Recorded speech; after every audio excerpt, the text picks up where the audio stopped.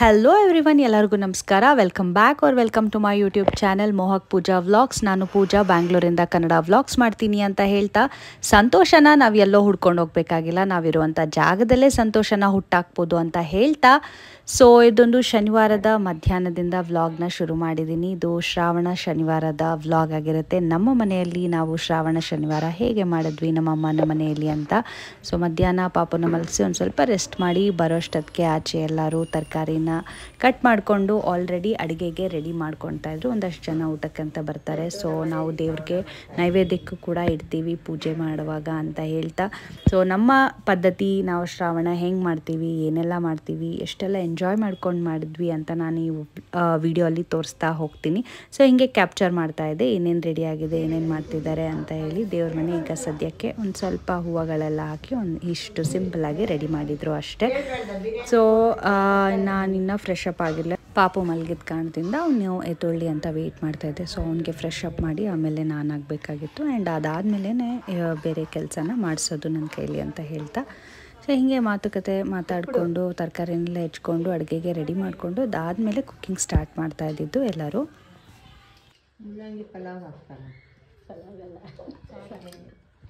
ಇನ್ನು ಯಾವ ಸಾರು ಮಾಡ್ತೀವಿ ಅಂತ ಡಿಸೈಡ್ ಇಲ್ಲ ಆಂಟಿ. ಎಲ್ಲ ಮಿಕ್ಸ್ ಹಾಕ್ಲಿ ಬಿಡಿ ತರಕಾರಿ. ನುಗ್ಗೆಕಾಯಿನ ಮೂಲಂಗಿನೆಲ್ಲ ಹಾಕ್ಬಿಟ್ಟು ಬೇಳೆ ಮಾಡಿ. ನಮ್ಮ ಅಮ್ಮನಿಗೆ 3 ಜನ ಅಕ್ಕಂದಿರೋದ್ರಿಂದ ಒಂಥರ ದೊಡ್ಡ ಫ್ಯಾಮಿಲಿನೇ ನಮ್ಮದು. ಸೊ ನಮ್ಮ ಅಕ್ಕ, ನಮ್ಮ ದೊಡ್ಡಮ್ಮನ ಮಗಳು, ಹಾಗೆ ನಮ್ಮ ದೊಡ್ಡಮ್ಮ, ನಮ್ಮ 2ನೇ ದೊಡ್ಡಮ್ಮ ಇವರು. ಸೊ ಇವರೆಲ್ಲ ಬಂದಿದ್ದರು ಹೆಲ್ಪ್ ಮಾಡೋದಕ್ಕೆ. ಹಾಯ್ ದೊಡ್ಡಮ್ಮ. ಹಾಯ್. ಸಡನ್ನಾಗಿ ಮಾತಾಡಿಸ್ಬಿಟ್ಟೆ. ಸೊ ನಮ್ಮ ದೊಡ್ಡಮ್ಮ ಫುಲ್ ಕಾನ್ಷಿಯಸ್ ಆಗಿ ನಗ್ತಾ ಇದ್ರು. ಇಲ್ಲಿ ನಮ್ಮ ಇಂದ್ರಕ್ಕ ಮಾಡೋ ಯಮ್ಮಿಯಾದ ವೆಜಿಟೇಬಲ್ ಬಿರಿಯಾನಿ ನಿಮಗೆ ತೋರಿಸ್ತೀನಿ. ಹಾಯ್ ಇಂದ್ರಕ್ಕ. ಹಾಯ್ ಪೂಜಾ. ಚಕ್ಕೆ ಲವಂಗ ಬಟ್ಲಲ್ಲಿ ನೀರು ಕೊಡು. ಮತ್ತೆ ಮನೇಲಿ ವಾಯ್ಸ್ ಓವರ್ ಇಲ್ದಿರ ಮಾಡೋಕ್ಕಾಗಲ್ಲ, ಸೈಲೆಂಟಾಗಿರ್ಬೇಕು. ಬೆಳ್ಳುಳ್ಳಿ ಅರ್ಧ, ಮೆಣಸಿನ್ಕಾಯಿ, ಕೊತ್ತಂಬರಿ, ಪುದೀನ.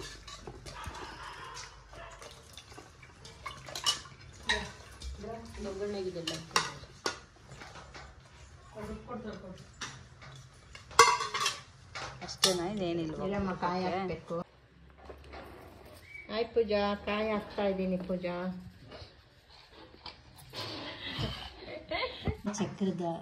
ಚಕ್ರ ಎಲೆ, ಸೋಂಪು, ಕಸೂರಿ ಮೆಥಿ, ಮರಾಠಿ ಮೊಗ್ಗು, ಏಲಕ್ಕಿ.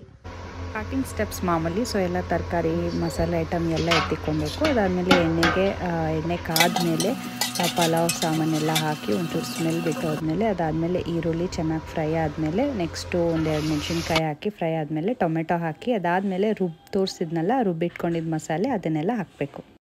ಹಸಿಮೆಣಸಿನ್ಕಾಯಿ, ಶುಂಠಿ, ಬೆಳ್ಳುಳ್ಳಿ, ಕೊತ್ತಂಬರಿ, ಪುದೀನ ಎಲ್ಲ ಆಮೇಲೆ ಬೇಕಾದ್ರೆ ಬರ್ಕೊಂಡು ಹೇಳ್ತಾರೆ. ಮಗು ಸ್ನಾನ ಮಾಡೋದು ಈ ವಿಡಿಯೋ ಮಾಡೋಕ್ಕೆ ಸುಮ್ಮನೆ. ಎಲ್ಲರಿಗೂ ಗೊತ್ತಲ್ಲ, ಮಕ್ಕಳಿರೋವಾಗ ನಮ್ಮ ಸ್ಕೆಡ್ಯೂಲ್ ಅವರೇ ಡಿಸೈಡ್ ಮಾಡೋದು, ನಾವೇನು ಡಿಸೈಡ್ ಮಾಡೋಕ್ಕಾಗಲ್ಲ. ಸ್ವಲ್ಪ ವೀಡಿಯೋ ಮಾಡ್ತಿದ್ದೆ ಅಷ್ಟರಲ್ಲಿ ಪಾಪು ಇದ್ದಿದ್ದಕ್ಕೆ ಹಾಗೆ ನನ್ನ ತಂಗಿಗೆ ಫೋನ್ನ ಕೊಟ್ಟು ರೆಕಾರ್ಡ್ ಮಾಡೋದಕ್ಕೆ ಹೇಳಿ ನಾನು ಅಲ್ಲಿಂದ ಹೊರಟೆ. ಸೊ ಆದಷ್ಟು ನ್ಯಾಚುರಲಾಗೆ ಬರಲಿ ಅಂತ ಹೆಂಗಿದೆಯೋ ಹಾಗೆ ನಾನು ತೋರಿಸಿದ್ದೀನಿ. 2 ನಿಮಿಷ ಅದೆಲ್ಲ ಉರಿಲಿ. ಅದು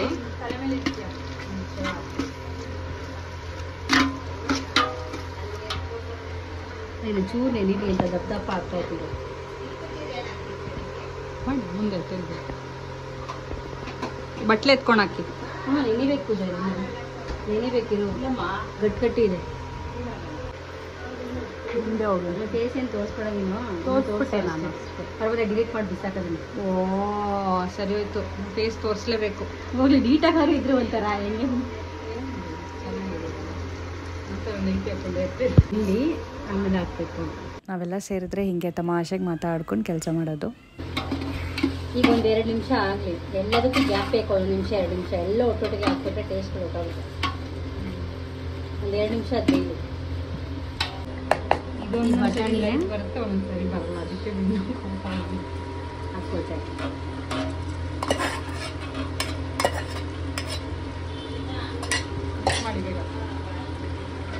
ಬಿರಿಯಾನಿ ಪುಡಿ. ಸೊ ಅದೆಲ್ಲ ಚೆನ್ನಾಗಿ ಫ್ರೈ ಆದಮೇಲೆ ಬಿರಿಯಾನಿ ಪೌಡರು, ಗರಂ ಮಸಾಲೆ ಹಾಕಿದ್ರು. ನೆಕ್ಸ್ಟು ಧನಿಯಾ ಪುಡಿ ಹಾಗೆ ಅರಿಶಿಣದ ಪುಡಿ ಅದನ್ನು ಕೂಡ ಆ್ಯಡ್ ಮಾಡಿ ಚೆನ್ನಾಗಿ ಫ್ರೈ ಮಾಡಿಕೊಂಡ್ರು.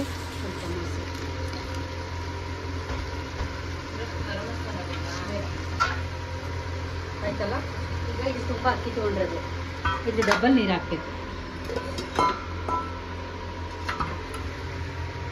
ಅದು ಫಸ್ಟೇ ನೀರು ಕಾಯಿಸಿಟ್ಕೊಂಡ್ರೆ ಬೇಗ ಆಗುತ್ತೆ ಅಂತ. ಇದರಲ್ಲಿ ಒಂದು ಬಟ್ಲು ನೀರು,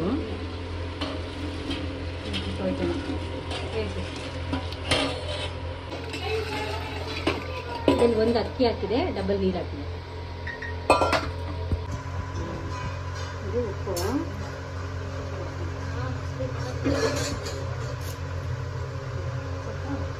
ಅಲಕ್ಕಿ. ನಿಜವಾಗ್ಲೂ ನಮ್ಮ ಅಕ್ಕ ಕುಕ್ಕಿಂಗ್ ಮಾತ್ರ ಸಖತ್ತಾಗಿ ಮಾಡ್ತಾರೆ. ಚಿಕ್ಕ ವಯಸ್ಸಿಂದ ನಾವು ಇವರ ಕೈ ರುಚಿನ ತಿನ್ಕೊಂಡು ಬಂದಿದ್ದೀವಿ. ಸೊ ನೀವು ಕೂಡ ಟ್ರೈ ಮಾಡ್ಬೋದು. ಸೊ ಕೆಳಗಡೆ ತಳದಲ್ಲಿ ತವಾ ಇಟ್ಟು ಹಂಚಿಟ್ಟು ಅದನ್ನು ದಮ್ ಕೂಡ ಕಟ್ಟಿದ್ದಾರೆ.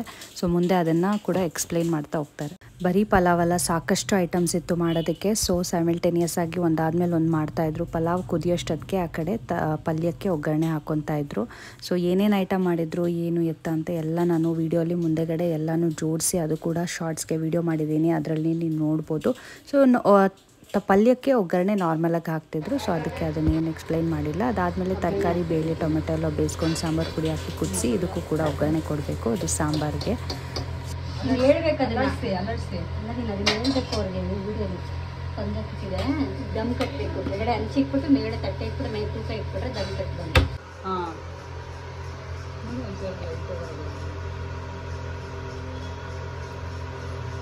ಹಂಚು ಸೀತಾ ಇದೆ.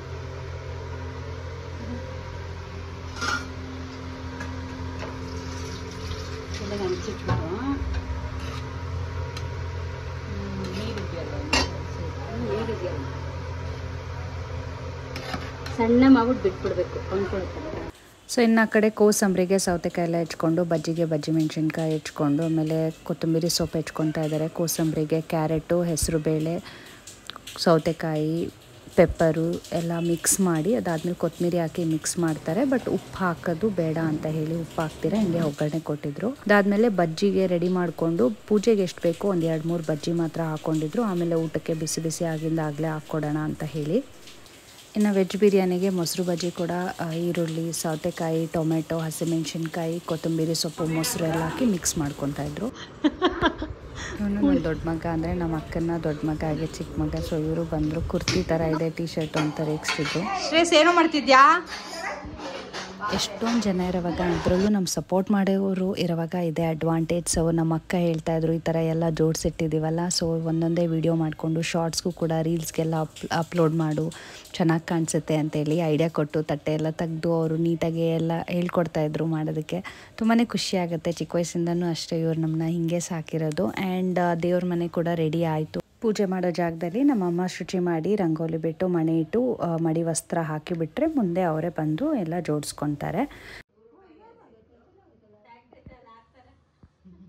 ಹಾಗೆ ನಮ್ಮ ದೊಡ್ಡಮ್ಮ ಬಂದರು, ನಮ್ಮ ಇಂದ್ರಕ್ಕ ಅವರಮ್ಮ.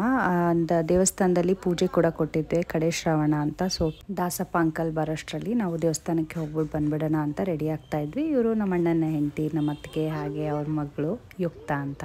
ಸಖತ್ತು ಮುದ್ದು. ಇವಳು ಮಾತಾಡೋದಷ್ಟೇ ತುಂಬ ಕ್ಯೂಟ್ ಅಂತಲೇ ಹೇಳ್ಬೋದು.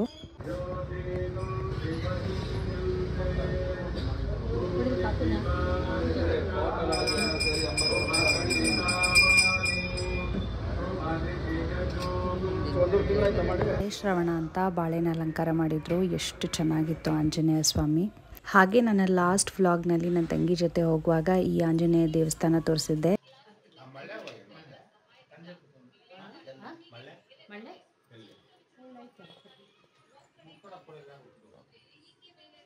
ಆ್ಯಂಡ್ ನಾನು ಅಲ್ಲಿ ದೇವಸ್ಥಾನಕ್ಕೆ ಹೋಗಿ ಬರೋಷ್ಟರಲ್ಲಿ ಅಂಕಲ್ ಬಂದಿರ್ತಾರೆ ಅಂತ ಗೊತ್ತಿತ್ತು. ಇವ್ರು ನಮಗೆ ತುಂಬ ಪರಿಚಯ, ನಮ್ಮ ಮನೆ ಹತ್ರನೇ ಇರೋದು. ಶ್ರಾವಣ ಶನಿವಾರ ಅಂದಮೇಲೆ ಇದೇ ಅಲ್ವಾ ಮೇನ್ ಪೂಜೆ, ಹೇಗೆ ಮಾಡ್ತಾರೆ, ಹೇಗೆ ಜೋಡಿಸ್ಕೊತಾರೆ, ಇದನ್ನೆಲ್ಲ ನಾನು ಮೇನಾಗಿ ತೋರಿಸ್ಬೇಕಾಗಿತ್ತು. ಸೊ ನನ್ನ ತಂಗಿಗೆ ರೆಕಾರ್ಡ್ ಮಾಡ್ಕೊಳಕ್ಕೆ ಹೇಳಿದ್ದೆ. ಬರೋಷ್ಟೊತ್ತಿಗೆ ಅವಳು ರೆಕಾರ್ಡೆಲ್ಲ ಮಾಡ್ಕೊಂಡಿದ್ಲು. ಈ ಥರ ರೆಡಿ ಮಾಡಿದ್ರು ಅವ್ರು ಆಲ್ರೆಡಿ. ಎಲ್ಲರೂ ಬಂದಿದ್ದರು. ನನ್ನ ಹಸ್ಬೆಂಡ್, ನನ್ನ ಅತ್ತೆ ಮಾತ್ರ ಆನ್ ದ ವೇ ಇದ್ದರು. ನನ್ನ ದೊಡ್ಡ ಮಗ ಮೋಹ ಕೂಡ ಅವ್ರ ಜೊತೆಗೆ ಬರ್ತಿದ್ದ. ಸೊ ಅವ್ರಿಗೆ ವೆಯ್ಟ್ ಮಾಡ್ತಾ ನಿಧಾನಕ್ಕೆ ಪೂಜೆನ ಸ್ಟಾರ್ಟ್ ಮಾಡ್ತಾಯಿದ್ರು. ಬಟ್ ಆದರೂ ಅವರು ಟ್ರಾಫಿಕ್ನಲ್ಲಿ ಸಿಕ್ಕಾಕೊಂಡಿದ್ರು. ಸೊ ಫೈನಲಿ ಪೂಜೆಗೆಲ್ಲ ರೆಡಿ ಆಯಿತು. ನಾವು ಕೂಡ ಬಂದ್ವಿ.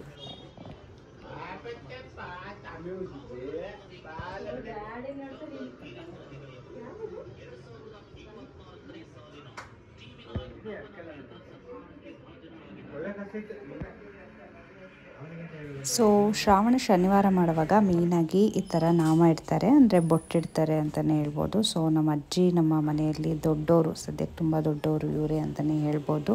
ನನ್ನ ತಂಗಿ ಹಾಗೆ ನಾನು ಕೂಡ ಈ ನಾಮನೆಲ್ಲ ಇಡ್ಸ್ಕೊಂಡು, ಸೊ ಯಾರ್ಯಾರು ಇಡ್ಸ್ಕೊತಾ ಇದ್ರು ಅವ್ರದ್ದೆಲ್ಲ ಹಾಗೆ ಒಂದು ಸುಮ್ಮನೆ ಲೈಟಾಗಿ ವೀಡಿಯೋಸ್ ಮಾಡ್ಕೊತಾ ಇದ್ದೆ. ಹೆಂಗೂ ನನ್ನ ಹಸ್ಬೆಂಡ್ಗೆ ವೇಟ್ ಮಾಡಬೇಕಿತ್ತಲ್ಲ, ವೇಟ್ ಮಾಡ್ತಾ ಇದ್ವಿ. ಈ ಒಂದು ಕ್ಷಣಕ್ಕೆ, ಒಂದು ಪೂಜೆಗೆ ಎಲ್ಲರೂ ಬಂದು ಸೇರಿ ಅಡುಗೆ ಮಾಡಿ ದೇವ್ರ ನೈವೇದ್ಯಕ್ಕಿಟ್ಟು, ಸೊ ಒಂಥರ ಚೆನ್ನಾಗಿತ್ತು. ತುಂಬಾ ಸ್ಪೆಷಲ್ ಡೇ, ಸ್ಪೆಷಲ್ ಊಟ, ತುಂಬ ಸ್ಪೆಷಲ್ ಅಂತ ಹೇಳ್ಬೋದು. ಪ್ರತಿ ವರ್ಷವೂ ನಾವು ಇದನ್ನು ಮಾಡ್ತೀವಿ. ಹಾಗೆ ನಮ್ಮ ಆಂಟಿ ಎಲ್ಲ ಅವರು ಕೂಡ ಇನ್ನೂ ಬರಬೇಕಾಗಿತ್ತು, ಅವರು ಕೂಡ ಆನ್ ದ ವೇ ಇದ್ದರು. ಸೊ ಪೂಜೆ ಲೇಟ್ ಆದರೂ ಪರವಾಗಿಲ್ಲ ಅಂತ ಅಂದ್ಕೊತಾ ಇದ್ವಿ. ಆ್ಯಂಡ್ ನಮ್ಮ ಅಕ್ಕನ ಮಕ್ಕಳನ್ನ ಮಾತ್ರ ಫೇಸ್ ಝೂಮ್ ಮಾಡಿ ತೋರಿಸ್ತಿದ್ದೆ. ನಮ್ಮನ್ನೆಲ್ಲ ಒಂಥರ ಫನ್ನಿಯಾಗಿ ಕಾಣಿಸ್ತೀವಿ ದೊಡ್ಡವರು, ಹಂಗೆ ಹೇಳ್ಬಾರ್ದು. ಬಟ್ ಅದಕ್ಕೆ ಫೇಸ್ ಯಾರ್ದು ತೋರಿಸಿಲ್ಲ, ಸೈಡಲ್ಲಿ ಕ್ಯಾಪ್ಚರ್ ಮಾಡಿದ್ದಷ್ಟೇ. ಇವ್ರದ್ದು ಮಾತ್ರ ಚಿಕ್ಕವರಲ್ವ, ತುಂಬ ಚೆನ್ನಾಗಿ ಕಾಣ್ತಾರೆ ಅಂತ ಹೇಳಿ ನಾನು ಅವ್ರಿಗೆ ರೇಗಿಸ್ಕೊಂಡು ಮುಂದೆಯಿಂದ ಫೇಸ್ನ ತೋರಿಸ್ತಾ ಇದ್ದೆ. ಅವರು ಬೇಡ ಚಿಕ್ಕಮ್ಮ ಅಂತೆಲ್ಲ ಹೇಳ್ತಿದ್ರು. ನಾನು ಆಗಲೇ ಹೇಳ್ದಂಗೆ ನಮ್ಮದು ಸ್ವಲ್ಪ ದೊಡ್ಡ ಫ್ಯಾಮಿಲಿ ಆಗಿದ್ದರಿಂದ ಏನೇ ಪೂಜೆ ಆಗಲಿ, ಏನೇ ಫಂಕ್ಷನ್ಸ್ ಆಗಲಿ ಎಲ್ಲರೂ ಸೇರ್ತೀವಿ. ಆಲ್ಮೋಸ್ಟ್ ಏನೇ ಫಂಕ್ಷನ್ ಮಾಡಿದ್ರೂ ಯಾರನ್ನಾದ್ರೂ ಇನ್ವೈಟ್ ಮಾಡೋಣ ಅಂತ ಯೋಚನೆ ಮಾಡೋಷ್ಟರಲ್ಲಿ ನಮ್ಮ ಫ್ಯಾಮಿಲಿಯವ್ರನ್ನೆಲ್ಲ ಲೆಕ್ಕ ಹಾಕ್ಕೊಂಡ್ರು ಏನಿಲ್ಲ ಅಂದರೂ ಒಂದು 50 ಮೆಂಬರ್ಸ್, ಮಿನಿಮಮ್ 50 ಮೆಂಬರ್ಸ್ ಆಗೇ ಬಿಡ್ತಾರೆ.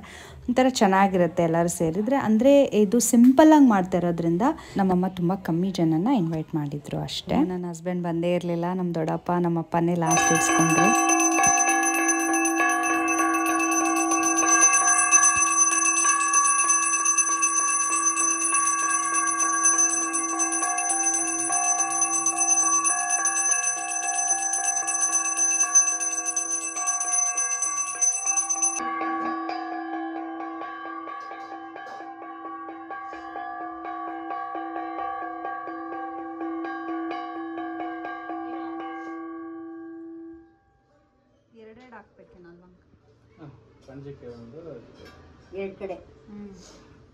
ನಾನು ಕೂಡ ಏನಾದರೂ ಹೆಲ್ಪ್ ಮಾಡೋಣ ಅಂತೇಳಿ ಮತ್ತೆ ನನ್ನ ತಂಗಿಗೆ ಫೋನ್ನ ಕೊಟ್ಬಿಟ್ಟು ನಾನು ಕೂಡ ಊಟನ ಬಡ್ಸಕ್ಕೆ ಹೋದೆ, ದೇವರಿಗೆ ನೈವೇದ್ಯನ ಬಡ್ಸಕ್ಕೆ ಹೋದೆ. ಸೊ ಎಲ್ಲ ಮಾಡೋಷ್ಟೊತ್ತಿಗೆ ಲಕ್ಕಿಲಿ ನನ್ನ ಹಸ್ಬೆಂಡ್ ಮತ್ತೆ ಬಂದಿದ್ದರು. ಸೊ ಅದಾದಮೇಲೆ ಮತ್ತೆ ಇನ್ನೊಂದು ಸರಿ ಪೂಜೆ ಮಾಡಿದ್ರು. ಇದು ಮೇನ್ ಟಾಸ್ಕ್. ಸೊ ದೇವರಿಗೆ ನೈವೇದ್ಯಕ್ಕಿಟ್ಟು ಅದಾದಮೇಲೆ ನಾವೆಲ್ಲ ಪ್ರಸಾದ ಥರ ಸ್ವೀಕರಿಸೋಕ್ಕೆ ಇಷ್ಟೊತ್ತು ಬೆಳಗ್ಗೆಯಿಂದ ಮಧ್ಯಾಹ್ನದಿಂದ ಅಂತ ಹೇಳ್ಬೋದು ಅಡುಗೆನೆಲ್ಲ ಮಾಡಿ, ಸೊ ಒಂದು ಸಾರ್ಥಕತೆ ಸಿಗುತ್ತೆ ಅಂತಲೇ ಹೇಳ್ಬೋದು.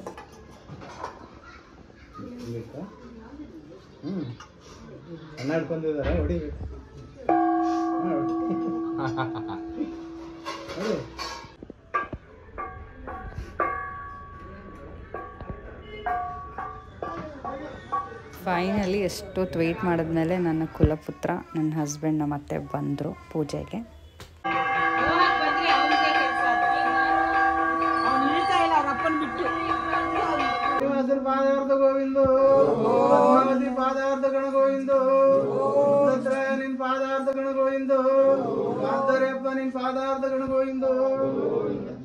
ನಾನು ಆಗಲೇ ಹೇಳ್ದಂಗೆ ಬಜ್ಜಿ ದೇವ್ರಿಗೆ ನೈವೇದ್ಯಕ್ಕೆ ಮಾತ್ರ ಒಂದು 2-3 ಹಾಕಿದ್ರು ಅಷ್ಟೇ ಪ್ರಸಾದಕ್ಕೆ. ಅದಾದಮೇಲೆ ಮನೆಯವ್ರಿಗೆ ಬಂದಾಗ ಅವಾಗ ಯಾರು ಊಟ ಕುತ್ಕೊತಾರೋ ಬಿಸಿ ಬಿಸಿ ಬಜ್ಜಿನ ಹಪ್ಪಳನ ಹಾಕ್ಕೊಟ್ಟಿದ್ರು.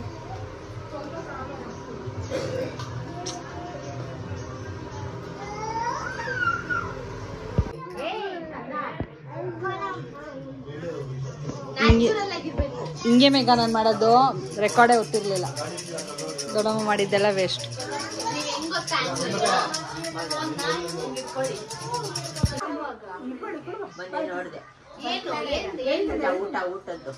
ಇವ್ರನ್ನೇ ನಾನು ಹೇಳ್ತಿದ್ದು ನಮ್ಮ ಆಂಟಿ ಮತ್ತು ನನ್ನ ತಂಗಿ ಅಂತ. ಅವರು ಕೂಡ ಅವ್ರ ಮಕ್ಕಳನ್ನ ಕರ್ಕೊಂಡು ಬಂದರು.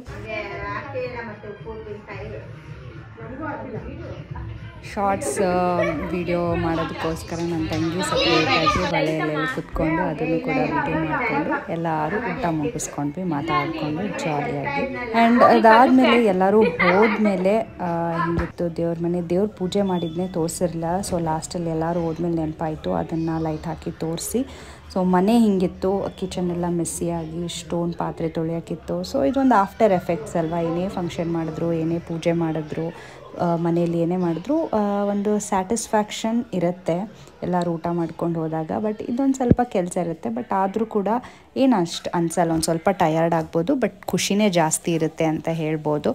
ಸೊ ಹಬ್ಬದ ಸಡಗರ ಸಂಭ್ರಮ ಥರನೇ ಇತ್ತು ಶ್ರಾವಣನ ಈ ರೀತಿ ನಾವು ಎಂಡ್ ಮಾಡಿದ್ರಿ ಅಂತ ಹೇಳ್ತಾ ಆಂಜನೇಯ ಸ್ವಾಮಿ ಎಲ್ಲರಿಗೂ ಒಳ್ಳೇದು ಮಾಡಲಿ. Thanks for watching. ನಿಮ್ಮ ಸಪೋರ್ಟ್ ಖಂಡಿತವಾಗ್ಲೂ ಹೀಗೆ ಬೇಕು ಅಂತ ಹೇಳ್ತಾ ಮತ್ತಷ್ಟು ಸೂಪರ್ ಆದ ವೀಡಿಯೋಸ್ನ ಮಾಡೋದಕ್ಕೆ ಟ್ರೈ ಮಾಡ್ತೀನಿ, ವ್ಲಾಗ್ಸ್ ಟ್ರೈ ಮಾಡ್ತೀನಿ ಅಂತ ಹೇಳ್ತಾ ನೆಕ್ಸ್ಟು ಗಣೇಶ ಹಬ್ಬದ ವ್ಲಾಗ್ ಆಗಿರುತ್ತೆ. ಎಲ್ಲರಿಗೂ ನಮಸ್ಕಾರ.